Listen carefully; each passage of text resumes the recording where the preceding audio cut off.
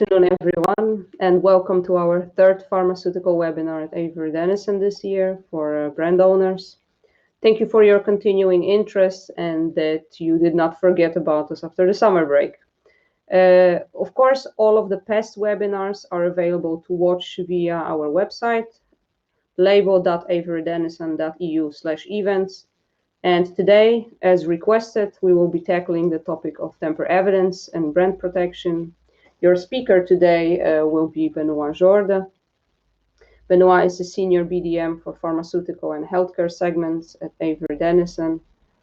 He's a part of the marketing organizations. Of course, my name is Eva Węglińska. I'm a product manager for pharmaceutical and healthcare, and I will be your moderator today, handling the questions, also asking you some questions via the poll options. So please ask us questions in the field that you can see once you scroll down below the main screen. We will be also asking some questions via the poll options, that it's the tab right next to it. I encourage you to answer them. You will be also able to see the results. For visibility reasons, we will disable the chat box and we'll also switch the camera off during the presentation. Please keep in mind that the questions you ask are public and visible to the entire audience. Also, this webinar will be recorded. You will receive the slide deck today and the recording within the next 48 hours. If for the sake of time, we will not be able to answer all of the questions, of course, we will get back to you online. And also the questions will be part of the recording. So today on the agenda, we will be talking about the market drivers for the counterfeit medicine and also for the tamper evidence. Then also Benoit will discuss what are the challenges with the implementation of them. Finally, we will show you what are our solutions within Avery Dennison, and then we will really, let's say, scale down to those that are specifically applicable for the pharmaceutical industry. Now, without further ado, Benoit, the floor is yours. Thank you, Eva, and good afternoon all. So we're going to start first looking at the market drivers for brand protection and in the pharmaceutical industry. So overall, no big surprise.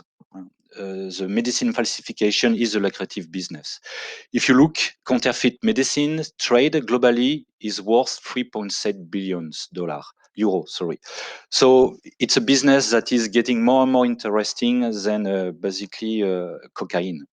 So in that respect, if we look at the market, there is an estimation that roughly 10% of the medicine that are sold are fake.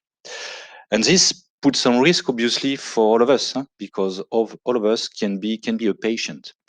If you think about recent publication, we have heard, for instance, back in 2019, that Pfizer was commercializing a solution for leukemia. That solution was worth a pack £5,000, and they found in the market products that were nothing more than paracetamol. And here, still, this is a nice scenario, because even if it will not cure, at least paracetamol will not make the situation worse. But you have situations where this is totally the opposite. Again, in the recent years, examples with cough syrup that was supposed to cure, but instead of glycerin, they were using boric acid. And as a result, more than 500 people, including kids, have been passing away across the globe. So no doubt you have fake components entering the legitimate supply chain. And in those days, because of the COVID-19 pandemic, where we are a lot of us are invited to stay at home. Basically, what you do, you are trying also to buy online medicine. And online, this is a worst case scenario. So this market, this situation is obviously not sustainable, and authorities, governments have been trying to act upon. And if you look at Europe, some regulations have been implemented. And the last one is the Falsified Medicine Directive that was voted back in 2011, but came into force in February 2019. And this directive was having two big chapters, one around tamper evidence, how to make visible for the patient that the box was already open. And the second one is serialization, giving a unique ID to the box. And this serialization is a solution that now is spreading across the globe. You have multiple countries also outside of EU that have already adopted, and within short, in 2 years' time, North America also will be adopting that technology. But now looking at what we, Avery Dennison, in the field of labeling can do to help you to protect your products. The first aspect we're gonna dive in is tamper evidence portfolio. So here you speak about securing the product. You are adding something on the product, here a label, and you can get different failure mode, what we call box damage, label damage, and visible sign. We will be illustrating that a bit later. If now you look at anti-counterfeit capabilities, so basically protect, authenticate the brand, you can have overt solution, visible to all, covert, hidden, and forensic. They are hidden, but you're going to use them eventually at the court. And there is something new now. RFID is coming. And RFID will have this opportunity to give a digital ID. We speak about digitally integrated platform. And here, all of us, being a patient, being also a consumer, having a phone, and a phone that works with near-field communication, the technology you use to pay per contact. This is also a way for the patient to check by himself that the product is genuine. And we will also be developing this part in a few minutes. Eva, do we have any questions before I move further? Question from Justina. She's asking where can I find information on falsified medicines? So here in this case, there are many websites that are offering information about falsified medicines. However, the most reliable ones, of course, are official websites of the EMEA, so the European Medicines Agency, also the Europol websites, which has a pharmaceutical crime fighting unit, and also, of course, the World Health Organizations. I will paste those links also in the comment to your question, so you can access them directly. Okay, thanks. Yeah. Let's carry on. So zooming first on tamper evidence. As I told you, the Falsified Medicine Directive, you have here the full number with a specific article, 54A. And if we just read what has been written, medicinal products subject to prescription shall bear the safety features, a device allowing verification of whether the outer packaging has been tampered with. European Union has not been giving a precise instruction about what you should be doing as a brand to protect your product. But what authorities did, they have published a few norms. The ISO 21976 that comes in complement to an older one, the 16679, where it is described what are the typical solutions that can be used for tamper evident protection. And here, even if you have more, I have captured the three main that are explained, the three main that we see are getting traction in the market. First one, obviously, we are starting with us, pressure sensitive labels. Then you have glue and the self-destructive box. So each of them, have their advantage and their drawback. What makes unique self-adhesive is its versatility, is the flexibility in terms of implementation. It's very easy to start, to stop, to have a format change. So you have the flexibility in the manufacturing. So when you are not running blockbusters drugs, this is a key competitive advantage. I will pass quickly on the equipment footprint. Artwork modification also. This has been one of the key challenge for the industry to manage. Should I revise or can I keep my current artwork? The beauty of a clear self-adhesive label is that you can add on top, thanks to transparency, there is no need to change the artwork. And it can definitely make the life easy in some situation.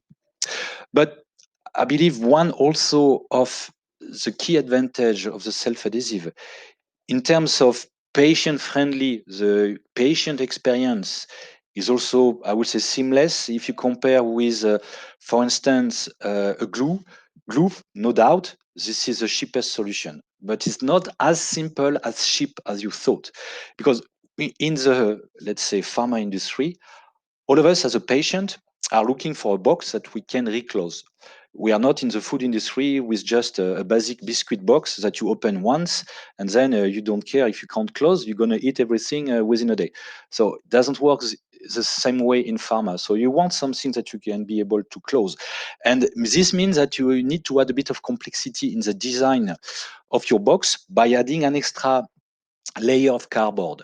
This is definitely manageable, but this is not as straightforward as cheap than people have the tendency to think of. And another advantage is that a self-adhesive label, you can combine tamper evidence, but also some other security features, the brand protection features, the one we're going to also discuss later on. So even if today legislation is not asking them to have those safety features on top, we foresee that this will come. And also we have seen that some brands are using this opportunity to already be active on protecting their brand. So I'm going to move now with some illustration of what you can do with a self-adhesive label. And you had that already in the intro. You can get 3 different failure mode. First one, box damage. As simple as you tear the fibers of the box. What you need is a strong adhesive that will have this strong adhesion on the box. But bear in mind, the box has always a varnish on surface. So luckily, the industry is mainly using water-based varnish, more than 95% of the case. And here you will find, and we have developed robust adhesive that are allowing to have this strong bonding. Once more, label is typically available in clear so that you have the transparency. Now, if we move to the second failure mode, label damage. So here, you will be able to remove the label, but you're going to destroy the label in multiple pieces. So you have a destructive, a fragile face stock. This one also clearly suitable for water-based, but also for UV varnish boxes, typically the ones that you find in OTC. And bear in mind, even if that legislation, the directive was first targeting medicine sold under prescription, you have more and more exemptions with also products OTC that are included in that directive. And we expect more to come. And generally speaking, those products come with UV-based varnish because the advantage of UV-based varnish, they give you a glossy, a shiny effect that can also catch the eyes of the patient. So label damage, definitely also compatible with UV varnish. Once more, typically available in a clear format. And to finish, visible sign. So here you remove the label, but you leave something on the box, a text, a message, an image. So this is clearly works everywhere, obviously on water-based, and it works beautifully also. This is the best solution when you have a difficult substrate with UV varnish. This is well known under the terminology of void. So now moving to give you a few tips in terms of what you should be careful of. So if it's a water-based varnish, we said, you have plenty of solution, strong adhesive. Like any other application, you need to give enough time to the adhesive to wet. So you need dwell time, typically 24 hours, so that you get the maximum wet out and the maximum contact of the label on the surface to make sure that you are maximizing tearing of the fibers when you remove. Basically, we are using 2 types of chemistry. The entry level is emulsion acrylic with the 788P, and the premium, the more robust solution is the solvent-based acrylic, the 799P. On request, because the equation is not easy, you always have this interaction between the quality of the board, the quality of the varnish, and this combination, these interactions, sometimes if you have on top of that print on top, might, let's say, drive you to choose some specific adhesive also that we have in our portfolio. But for the vast majority of the situations, the two adhesives I have listed can fulfill your requirements. UV varnish, as we said, it's more difficult. Typically, the weak point will be the anchorage between the UV varnish and the box. This means that when you tear, what you will end up with, just removing the varnish. If you have good eyes, you will be able to notice it because you will have a different, let's say, brightness, but it's not obvious. So if you think about real life with patient, older patient, it will not work. So that's why you will see in the void solution we are offering, besides the transparent, we are also offering some solutions with a slide color that can be customized on demand. Moving now to the product portfolio before going to questions. Briefly, you see for each of those failure mode, we have specific material. What is very important beside the adhesive that is dedicated for this application, the nature of the face. What you want to make sure is that you are using a face stock that is not too stiff. Because if you want to have a label applied on the sharp angle of the box, you need to make sure that the stiffness will not prevent to have a stable label positioning over time, because all those box will go through transportation. You will have some vibration, some stress, and if the label material is too stiff, you will get some edge lift or eventually a total lift. That's why we are typically playing with 50 micron types of films, and this is valid for box damage, label damage. Interesting to see that we are promoting acetate, so this is nothing more than cellulose, a natural type of film, but the concept will also be applied on this material. Eva, any question? But I would like to encourage our audience to answer the poll questions. So once indeed you scroll down to the place where you can ask questions, you also have there a tab where you can, with polls, where you can answer us the question. And we are actually asking what Tamper evidence solution is used in your company to meet the falsified medicine requirements. And actually now we do have a question, just got in. Why do we use PP void instead of PET? This is in the continuation of what I was explaining for the stiffness. Indeed, I forgot to mention that typically, historically, void are made of PET, and the PET is a stiff material. You can obviously try to reduce the caliper to compensate, but we took the decision to go for a PP 50 micron void-based film, so that bending stiffness and bending is not such an issue, and the label wants to stay in that critical position on the box.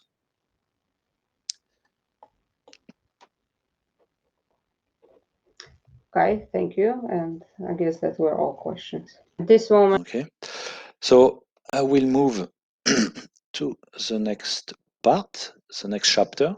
So after tamper evidence, we're going to discuss about brand protection, anti-counterfeiting solutions. Once more here, as I was explaining in the introduction, we speak big money, 27 billion euro. This is the estimated revenue loss per year due to the counterfeit medicine in Europe alone.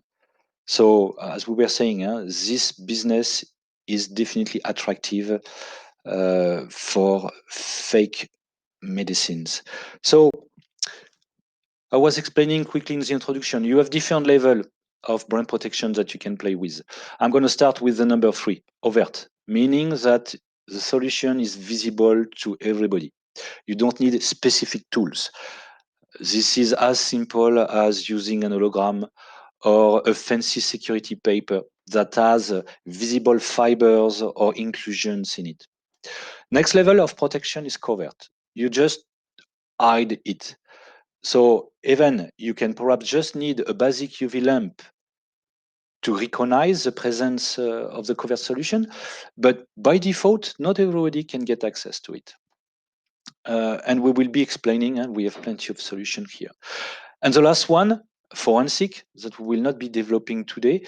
Here is not only invisible, but you need a specific, a unique tool to be able to see it.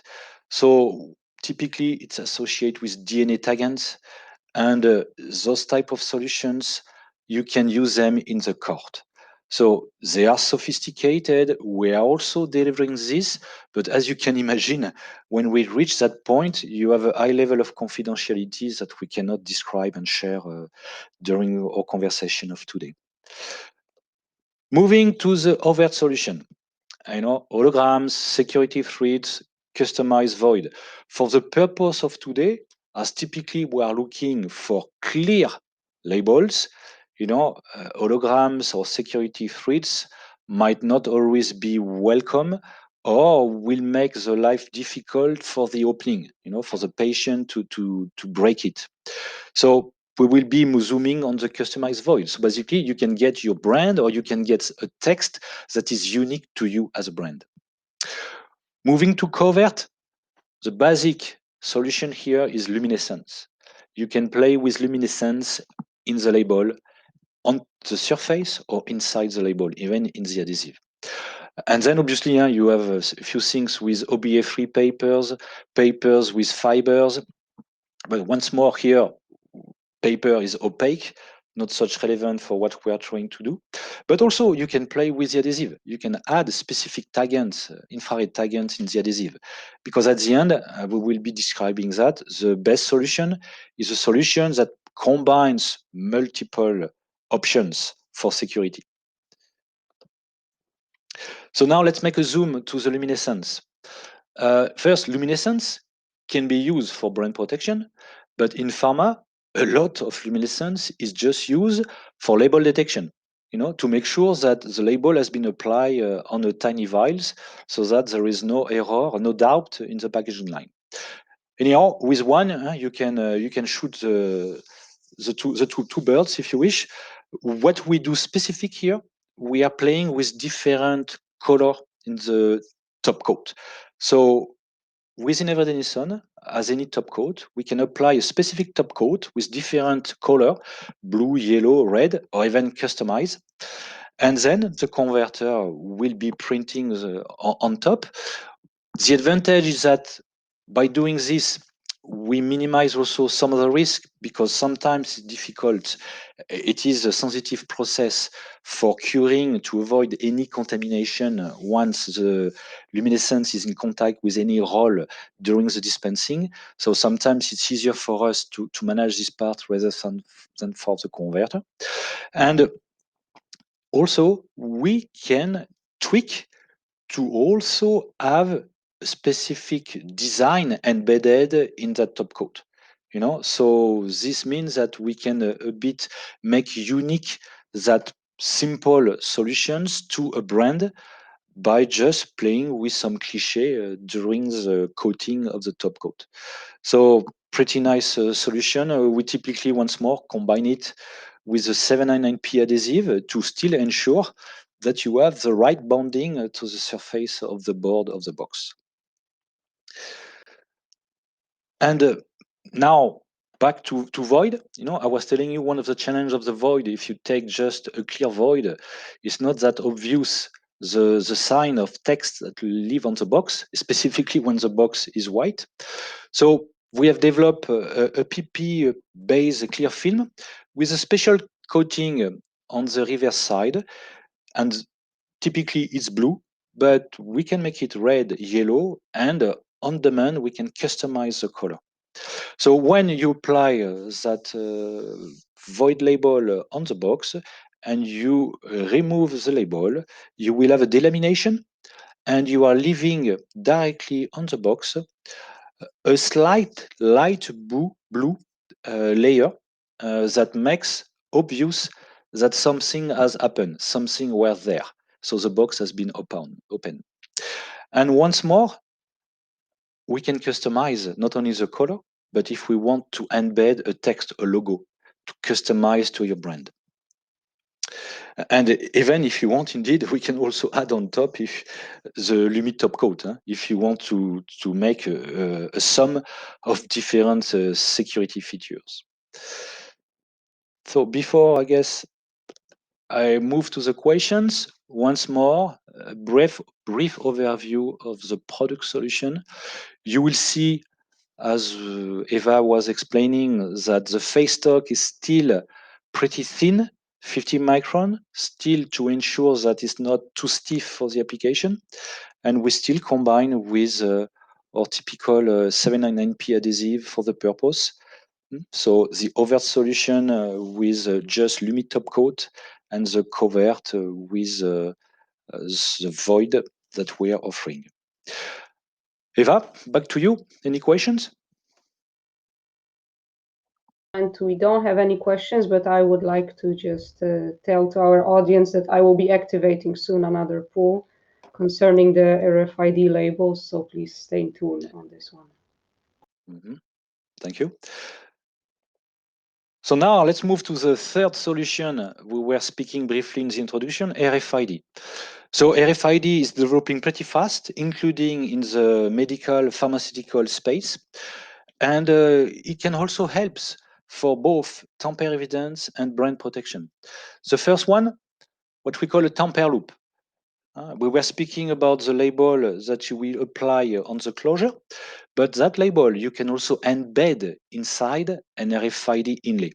Here, typically, it will be a NFC near field communication inlay, so that the patient can also, by himself, check and confirm if the bottle or if the pack has been already opened. So what you end up with is an antenna that is underneath the label.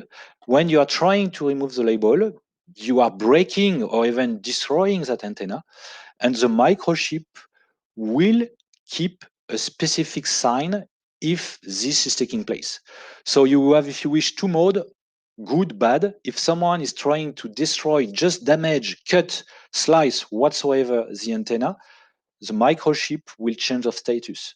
And when with your phone, you are just tapping and basically asking a confirmation via the app that the brand owner will make available, you get the confirmation if it has been open, yes or no. So even if someone has been extremely smart, managing to remove properly and trying to reclose, if the tamper loop has been just a bit damaged, you will know. So to be clear, we don't see yet a lot of application at this stage in the pharma space, but it's coming. Second one, that is definitely now in use, RFID is also used for authentication. And here you reach a level of encryptions, of authenticity, of robustness that is pretty robust. The starting point is always the same. You, as a consumer, as a patient, using your phone, tapping the pack. Underneath the pack, you have a microchip with an antenna, as you can see on the drawing. This is sending a signal with a URL to a backend type of server. Over there, because of some encryptions with what we call rolling keys, there is a confirmation that this product is recognized, is known, identified. And if it is the case, or whatever the case, you will be pushing a content that will just be, okay, confirm it's a genuine product. Sorry, we don't know that product, therefore it's a fake. So then the information is coming back to the patient who has been asking for confirmation of the authenticity. This is, as we speak, something that we see more and more in the COVID test type of situation, where not only Avery Dennison, but some other players are offering solutions to confirm the authenticity of the samples for a patient. And I think before I move to the conclusions, do we have any question, Eva, on RFID specific? Right. Okay. Yes, So then I will very move to a quick recap. You know, I was saying that at some point, the best solution is to add multiple solutions. So we were speaking about what you can do via the face. You know, once more thinking about void, hologram, you name. We can embed in the laminate some other, let's say, components like the RFID inlay, like some threads. We can also print at the backside because obviously the label converter can also add multiple solutions on the surface. But already before we adhesive coat, we can add some basic printing, UV or not, at the back of the face. We can play with the adhesive, and also we can play with the liners if needed. But the key message is that if you want a robust solution, you need to play with different layers of protection. On this, I think I will hand over to you, Eva, for the closing slide. Benoit, thank you for the listeners for the session today. Indeed, a very interesting one, of course, for our, doesn't matter if it's security solutions or also other solutions for our customers. We always got our commitments in the pharmaceutical portfolio. So indeed, our guarantee of the pharmaceutical adhesive availability, 1 year pre-notification. Of course, we have a validated testing method, change management that is also dealing with the testing reports and also validation reports. And of course, compliance certificates. We do have a dedicated team in our pharma team to really show to really have this expertise. And without any further ado, thank you very much for listening. Of course, we will be back in November with a different topic. So yeah, if I just may add, indeed, the topic we will be covering in November, it will be RFID. So we will be spending times on RFID, going deeper on the brand protection, going deeper on the inventory. So basically all what RFID can bring to your business, not only the NFC that we have just been touching today, but also what we call UHF, because this space specifically in pharma is currently booming, accelerated by also the COVID-19, I must admit. So indeed, this will be our next topic. And of course, as I mentioned already, you will receive the recordings from today's session via email within the next 48 hours. As always, feel free to connect with our Avery Dennison Pharma team. And thank you for your attention. And I hope to see you in November during our next session. Thank you. Okay, thank you. Bye-bye. Bye.